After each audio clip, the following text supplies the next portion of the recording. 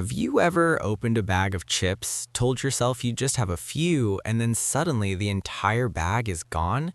You're not weak. You're not lacking willpower.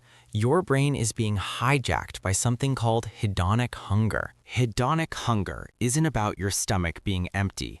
It's about your brain craving pleasure, and food companies have spent billions of dollars engineering snacks that exploit this exact vulnerability. Let's talk about what makes a chip so dangerously irresistible. First, there's something called the bliss point, the perfect combination of salt, fat, and crunch that lights up your brain's reward system like a Christmas tree. When you bite into that chip, your brain releases dopamine, the same chemical involved in addiction. But here's the thing, that dopamine spike happens before you even swallow. Your brain is already planning the next bite. Food scientists call this vanishing caloric density. A chip dissolves so quickly in your mouth that your brain doesn't register fullness. It's like the food disappears, so your brain thinks you haven't eaten anything substantial. Then there's sensory-specific satiety. Your brain gets bored of the same flavor, which is why you get full eating plain chicken but can always find room for dessert.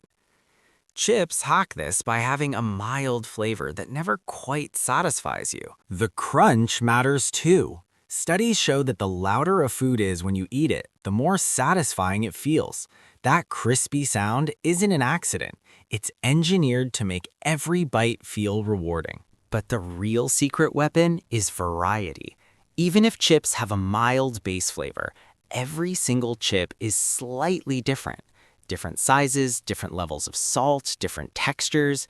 Your brain never quite knows what the next one will be like, so it keeps you coming back. This is why hedonic hunger is so powerful. You're not eating because you need energy. You're eating because your brain is chasing that dopamine hit. And the food is designed to keep you chasing without ever fully satisfying you. So what can you do about it? First, awareness is huge. Just knowing that hedonic hunger exists helps you recognize when you're eating for pleasure versus actual hunger. Try the pause technique. Before you reach for another chip, take 3 deep breaths. Give your brain a moment to catch up with your body. Often, that craving will pass, or at least weaken.